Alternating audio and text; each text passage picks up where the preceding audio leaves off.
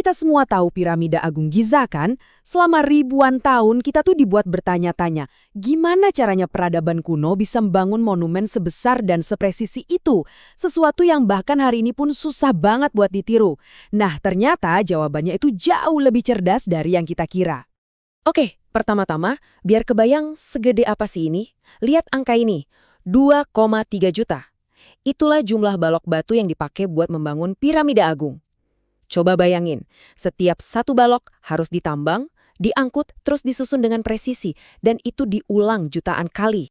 Dan ini bukan sembarang batu loh, setiap baloknya itu beratnya rata-rata 2,5 ton.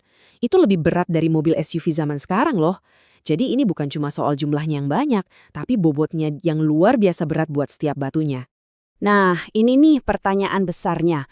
4.500 tahun yang lalu, tanpa mesin-mesin modern, tanpa derek hidrolik, gimana cara mereka melakukannya? Yuk kita pecahin bareng-bareng teka-teki rekayasa kuno yang luar biasa ini. Oke, bagian pertama, ayo kita bongkar dulu mitos paling gedenya. Siapa sih sebenarnya yang membangun keajaiban ini? Coba deh, lupain gambaran di film-film soal ribuan budak yang dicambuk. Bukti arkeologisnya nunjukin cerita yang sangat sekali beda. Coba lihat perbandingannya di sini. Di kiri itu mitos populer soal budak yang dipaksa kerja. Nah di kanan, ini fakta arkeologis yang bakal bikin kaget.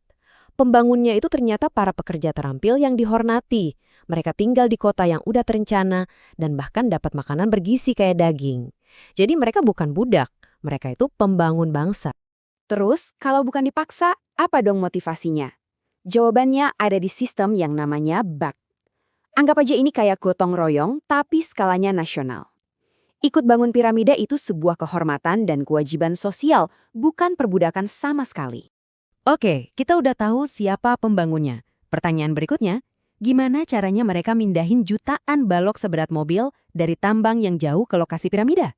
Jawabannya tuh bukan soal kekuatan otot, tapi soal kecerdasan mereka memanfaatkan alam. Coba dibayangin tantangannya.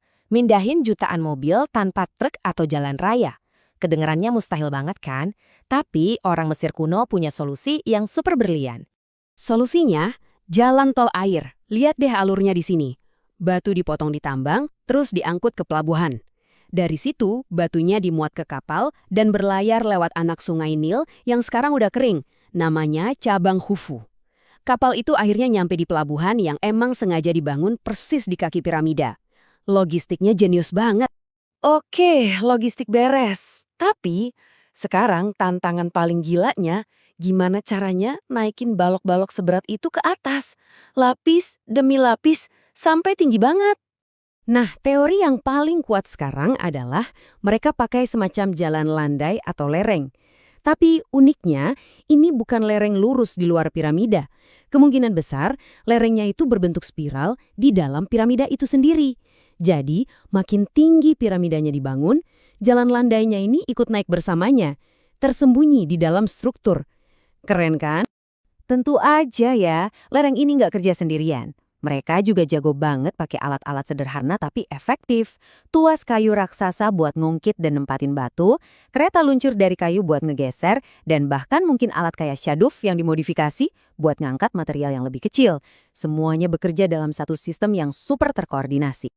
Kita udah bahas tenaga kerja, logistik, dan teknik ngangkatnya. Tapi ada satu elemen terakhir yang bikin piramida ini bisa bertahan ribuan tahun. Fondasinya yang jenius. Ini poin yang penting banget. Mereka nggak sembarangan bangun struktur raksasa ini di atas pasir. Mereka sengaja milih dataran tinggi Giza karena dasarnya itu landasan batu kapur yang super kokoh atau yang biasa disebut bedrock. Fondasi alami inilah yang jadi kunci kenapa piramida ini awet banget. Analogi ini benar-benar ngerangkum semuanya dengan pas. Coba bayangin, ini tuh kayak membangun gedung pencakar langit zaman sekarang, tapi tanpa satupun mesin modern. Mereka beneran melakukannya. Mereka pakai sungai sebagai jalan tol dan tangga internal raksasa sebagai lift buat material. Manajemen proyek dan kejeniusan rekayasa mereka itu ada di level yang beda banget. Jadi, pada akhirnya kesimpulannya simple. Piramida ini bukan hasil kerja sihir atau alien. Ini adalah monumen abadi. Sebuah bukti nyata dari kecerdasan, organisasi, dan ketekunan manusia. Nah, keberhasilan rekayasa piramida ini jadi bikin kita mikir kan, kalau kita bisa salah paham soal sesuatu yang sebesar dan seterkenal ini selama ratusan tahun, kira-kira teknologi kuno menakjubkan apa lagi ya yang mungkin masih tersembunyi dan kita salah pahami sampai sekarang?